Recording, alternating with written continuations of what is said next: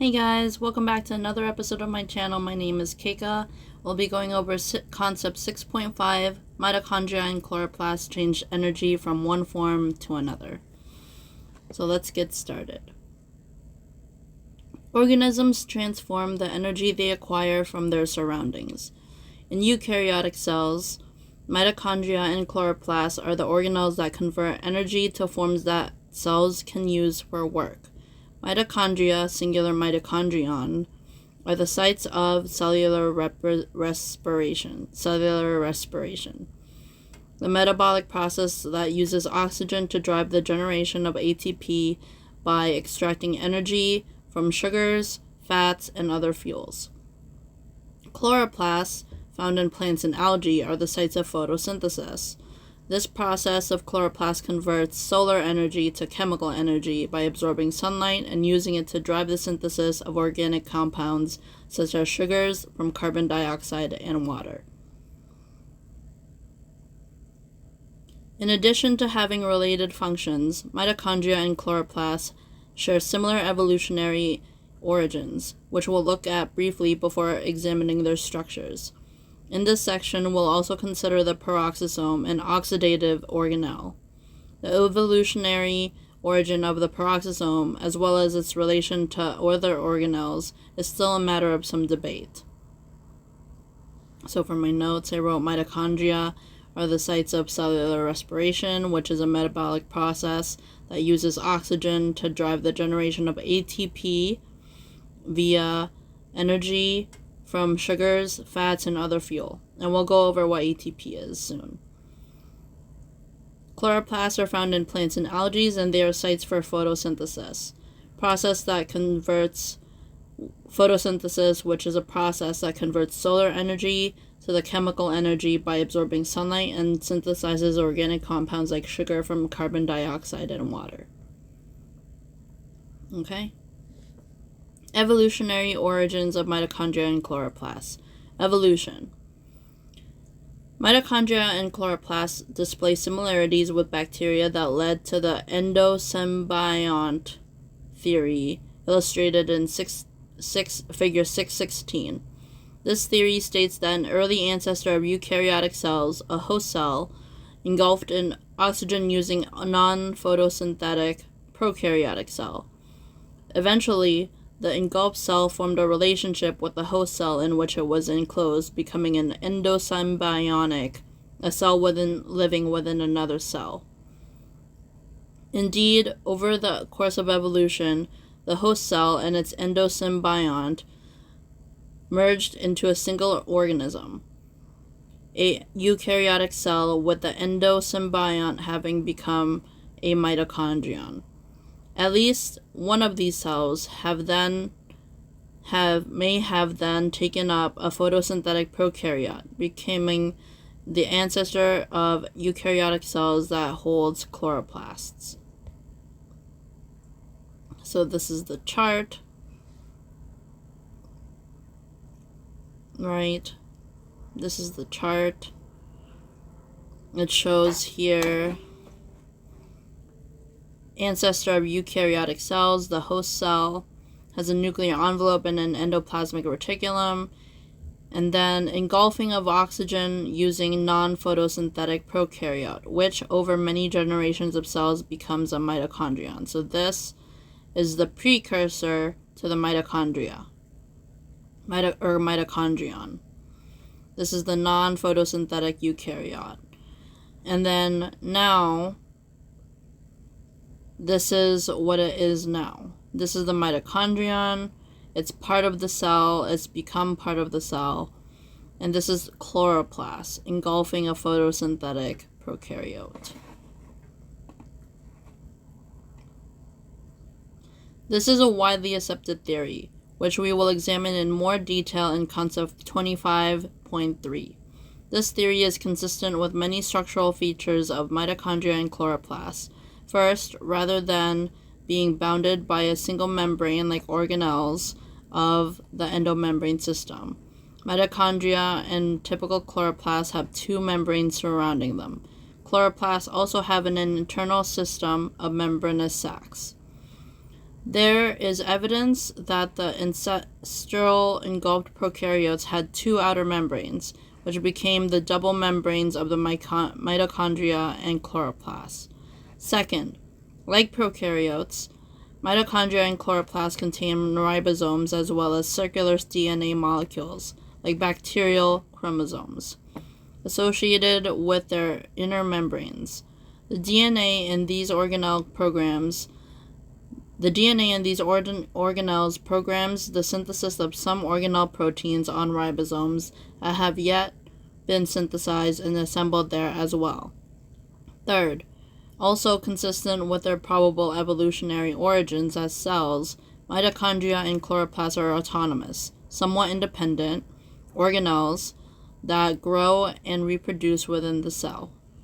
Next, we focus on the structures of mitochondria and chloroplasts while providing an overview of their structures and functions. In chapters 9 and 10, we will examine their roles as energy transformers. So, for my notes here, the evolutionary origins of mitochondria and chloroplasts. Endosymbiotic theory states that an early ancestor of eukaryotic cells, a host cell, engulfed an oxygen-using, non-photosynthetic prokaryotic cell that resulted in a relationship of a cell living within another cell. Through time and evolution, the host and the endosymbiont eventually merge into one single organism, a eukaryotic cell with the endosymbiont having become a mitochondrion. At least one of these cells may have been taken up as a photosynthetic prokaryote, becoming the ancestor of eukaryotic cells that contain chloroplasts. This theory is consistent with many structural features of mitochondria and chloroplasts. Both have two membranes surrounding them, and there's evidence that ancestral engulfed prokaryotes had two outer membranes. Like prokaryotes, both have ribosomes and circular DNA associated with their inner membranes, and programs the synthesis of some organelle proteins that have been synthesized in the past as well. Both are autonomous organelles that grow and reproduce within the cell. Okay? Moving on to the mitochondria, chemical energy conversion. Mitochondria are found in nearly all eukaryotic cells, including those of plants, animals, fungi, and most protists. Some cells have a single large mitochondrion, but more often a cell has hundreds or even thousands of mitochondria. The number correlates with the cell's level of metabolic activity. For example, cells that move or contract have proportionally more mitochondria per volume than less active cells. Each of the two membranes enclosing the mitochondrion is a phospholipid bilayer with a unique collection of embedded proteins. The outer membrane is smooth, but the inner membrane is convoluted, with infoldings called cristae. The inner membrane divides the mitochondrion into two internal compartments. The first is the intermembrane space, the narrow region between the inner and outer membranes. The second compartment is the mitochondrial matrix, which is enclosed by an inner membrane. The matrix contains many different enzymes as well as the mitochondrial DNA and ribosomes. Enzymes in the matrix catalyze some of the steps of cellular respiration. Other proteins that function in respiration include the enzymes that make ATP are built into the inner membrane as highly folded surfaces. The cristae give the inner mitochondrial membrane a large surface area, thus enhancing the productivity of cellular respiration. This is another example of structure-fitting function. Chapter 9 discusses cellular respiration in detail. Mitochondria are generally in the range of 1 to 10 nanometers long. I think that's nanometers, I forgot.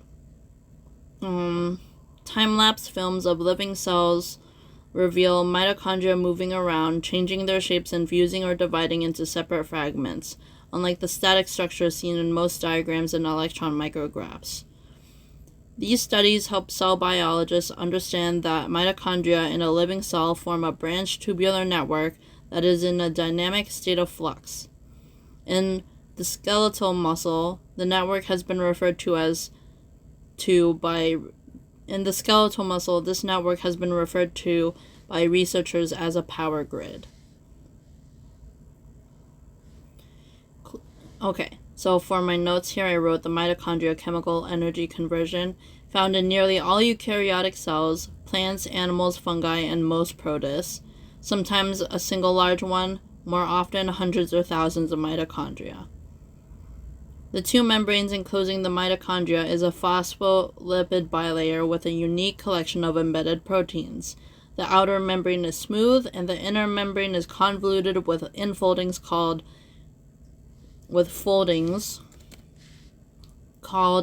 cristae, increasing surface area, thus increasing productivity.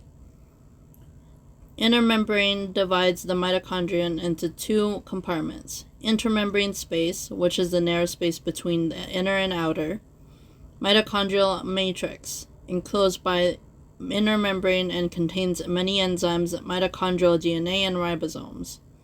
Enzymes in the matrix and proteins embedded in the inner membrane catalyze steps of cellular respiration. I said micrometers. Sorry. 1 to 10 micrometers long. Mitochondria can move around, change shapes, and divide into separate fragments. Not static, and is a constant state of flux. Power grid. Okay. Chloroplasts. Capture of light energy. Chloroplasts contain the green pigment chlorophyll, along with enzymes and other molecules that function in the photosynthetic production of sugar. These lens-shape organelles, about 3 to 6 micrometers long in length, are found in leaves and other green organs of plants and in algae. So here is a chloroplast. We see the ribosomes, which are these little dots here that you can see. We have DNA, kind of circular. These little circular things are DNA. We have the inner and outer membranes, the stoma, which is the liquid that's inside, and then the thylakoids, which are these stacks right over here. Okay?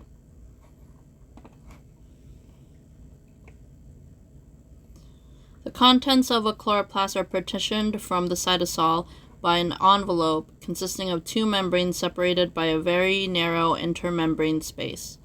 Inside the chloroplast is another membranous system in the form of flattened interconnected sacs called thylakoids. In some regions, thylakoids are stacked like poker chips, each stack called a granum, plurigrana. The fluid outside the thylakoids is the stroma, which contains the chloroplast DNA and ribosomes as well as many enzymes. The membranes of the chloroplast divide the chloroplast space into three compartments: the intermembrane space, the stroma, and the thylakoid space. This compartmental organization enables the chloroplast to convert light energy to chemical energy during photosynthesis. You will learn more about photosynthesis in Chapter 10. As with mitochondria, the static and rigid appearance of chloroplasts in micrographs or schematic diagrams cannot accurately depict their dynamic behavior in the living cell. Their shape is changeable, and they grow and occasionally pinch in two, reproducing themselves. They are mobile and, with mitochondria and other organelles, move around the cell along tracts of the cytoskeleton, a structural network we will consider in Concept 6.6. The chloroplast is a specialized member of a family of closely related plant organelles called plastids. One type of plastid is an amyloplast. one type of plastid, the amyloplast, yes, is a colorless organelle that stores starch, amylose, particularly in roots and tubers. Another is the chromoplast, which has pigments that give fruits and flowers their orange and yellow hues. So for my notes, I wrote chloroplasts contain the green pigment chlorophyll along with enzymes and other molecules that function in the photosynthetic production of sugar, found in leaves and other green organs of plants and algae. Contents of a chloroplast are partitioned by the cytosol in an envelope consisting of two membranes separated by a very narrow intermembrane space. Inside the chloroplast is another membranous system in the form of flattened interconnected sacs called thylakoids. Thylakoids are stacked like poker chips. Each stack is called a granum. Fluid outside the thylakoids is the stroma, which contains chloroplast DNA and ribosomes as well as enzymes. So think of stroma as like the cytosol of a cell, and of an animal cell, or eukaryotic cell. The chloroplast space is divided into three compartments, and this organization enables chloroplasts to convert light energy to chemical energy during photosynthesis. The intermembrane space, the stroma, and the thylakoid spaces. The shape of chloroplasts is changeable. They grow and occasionally pinch in two, reproduction, and they are mobile and move along the cell along tracts of the cytoskeleton. Chloroplast is related to plant organelles called plastids.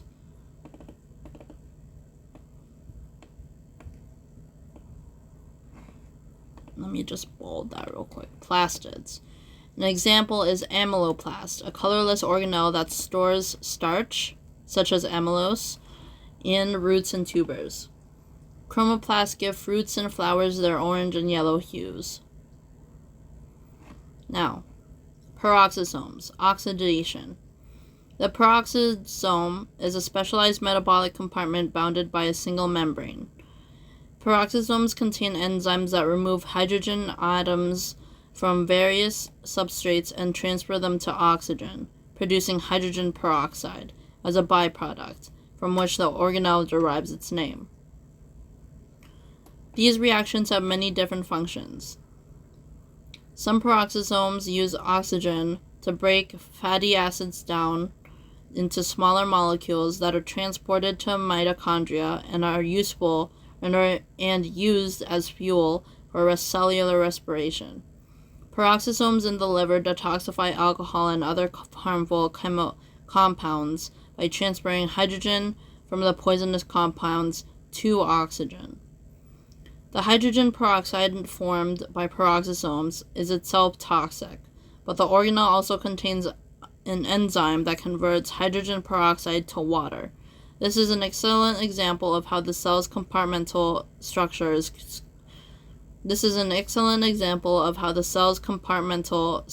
is crucial to its functions. The enzymes that produce hydrogen peroxide and those that dispose of the toxic compound are sequestered away from the other cellular components that could be damaged. Specialized peroxisomes called glyoxysomes are found in the fat-storing tissues of plant seeds. These organelles contain enzymes that initiate the conversion of fatty acids to sugar, which the emerging seedling uses as a source of energy, and carbon, until it can produce its own sugar by photosynthesis. Peroxisomes grow larger by incorporating proteins made in the cytosol and the ER, as well as lipids made in the ER, and within the peroxisome itself. But how peroxisomes increase in number and how they arose in evolution, as well as what organelles they are related to, are still open-ended questions. So, peroxisomes are specialized metabolic compartments bounded by a single membrane. Contains enzymes that removes hydrogen atoms from various substrates and transfers them to oxygen, producing hydrogen peroxide as a byproduct. Some peroxisomes use oxygen to break fatty acids down into smaller new molecules that are transported to mitochondria and used as fuel for cellular respiration. Peroxisomes in the liver detoxify alcohol and other harmful compounds by transferring hydrogen from the poisonous compounds to oxygen. Hydrogen peroxide from peroxisomes are toxic, but the organelle also contains an enzyme that converts hydrogen peroxide into water. Specialized peroxisomes called glyoxysomes are found in fat-storing tissues of plant seeds. These contain enzymes that initiate the conversion of fatty acids to sugar, which the emerging seedling uses as a source of energy and carbon until it can produce its own sugar via photosynthesis. Peroxisomes grow by incorporating proteins made in the cytosol and ER, endoplasmic reticulum, as well as lipids made in the endoplasmic reticulum and peroxisome itself. Current unknowns about peroxisomes: how peroxisomes increase in number or reproduce, how they arose in evolution, where did they come from, and which organelles are they related to.